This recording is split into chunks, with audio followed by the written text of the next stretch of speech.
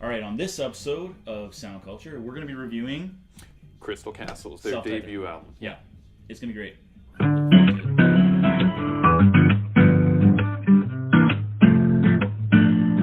In this episode of Sound Culture, Brendan and I are going to be talking about Crystal Castles.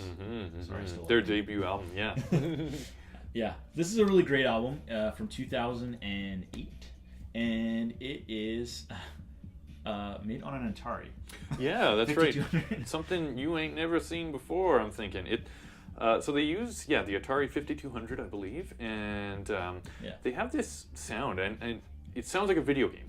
There's certain songs, Good Time in 1991 especially, you listen to them, they instantly put you in a good mood, make you feel like you're kind of in a Mario game or something like that, and it's really dancey. It gets you going right away, gets you dancing, and I think it's really unique. Yeah. So what's great about this album is it, as you've already alluded to, Brian, it's very dancey, very unique, very interesting. Yeah, what are some of the genres they said? Like it dance, was pop, and disco? Electro-punk. Electro-punk? I can see that. It's also trance, which is funny because I was talking to my fiance about this. I was listening to this a couple weeks ago when we were talking about it, and she's like, you're listening to trance music? I'm like, it's not trance music. And then I looked it up, and they actually classify it as trance music as well. And I was like, okay, well, I guess I don't know anything about anything. I don't know my genres yet. Yeah, and then it's obviously got a little bit of pop in there, and it's got some dance rock, and so. Yeah, and I believe they were influenced by Daft Punk a little bit, right? Yeah, Daft Punk. And a few other bands, right? Kraftwerk, New Order. Who else was the other one? There's a bunch of really one. Pet Shop Boys was another one that was kind of interesting. But those are, again, Electric Light Orchestra. They're all coming to me now.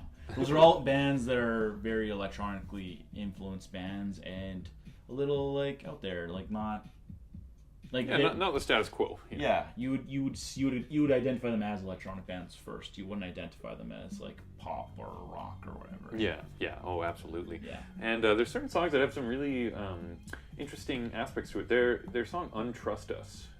It actually samples the Death from Above 1979. They have a song called Heads Up, and they use two different sections of it. You can hear it throughout the song, and then the very last 5 seconds, you can definitely tell. And I believe Death from Above were on the same label, and I think they... Last King Records. Yeah, that's right. And they were a bit of an influence of them. And yeah. I just thought it was kind of cool. Yeah. Yeah, you don't see that too often. I actually think you mixed it up there, Brendan. It's Heads Up was the EP.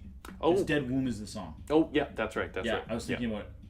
But you're right, it is in there, and it's really like interesting because when you listen to the original song and you listen to Crystal Castle, I actually like Crystal Castle's like riff on it better. Yeah, I agree. At least throughout the for that main proportion section that they take it from, anyway. Yeah, not I the agree. Whole song, but totally.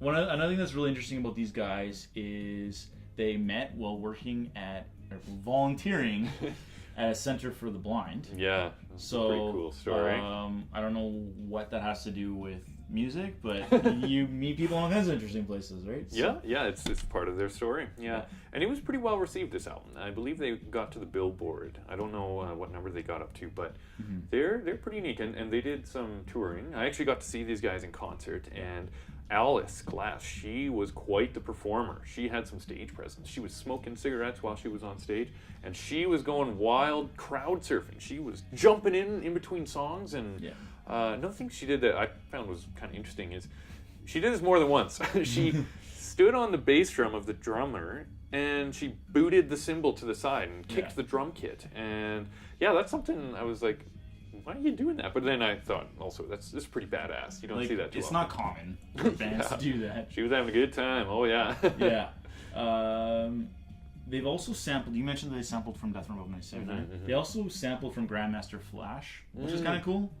And Van Shee and a couple other groups, I think, and I don't know this artist very well, so I don't want to pretend to know what their music sounds like, but Luciano Berio. So if you know that artist, they sample from them too. Yeah, absolutely. And I would recommend checking them out just to hear the video game sort of sound. They do a really great job of overlapping synthesizers and putting in some really good beats at the same time. And they use a vocoder too that it's hard to forget once you hear it, how unique it is. And I really recommend it. Yeah. So that said, I don't know. What do you think? Should they listen to this? I think they should listen to this. Absolutely. So, yeah. Give Crystal Castle's debut self-titled album a shot. And this has been Sound Culture. Thanks for watching. Yeah, and if you enjoyed what you saw, please like and share and subscribe to Timo Theories. Yeah. And yeah, thanks for watching. Thanks for watching. Enjoy.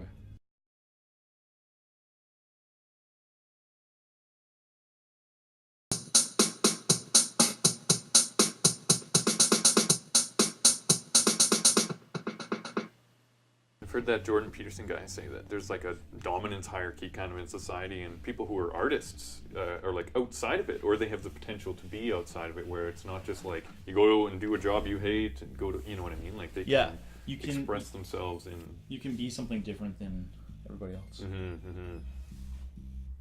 Okay.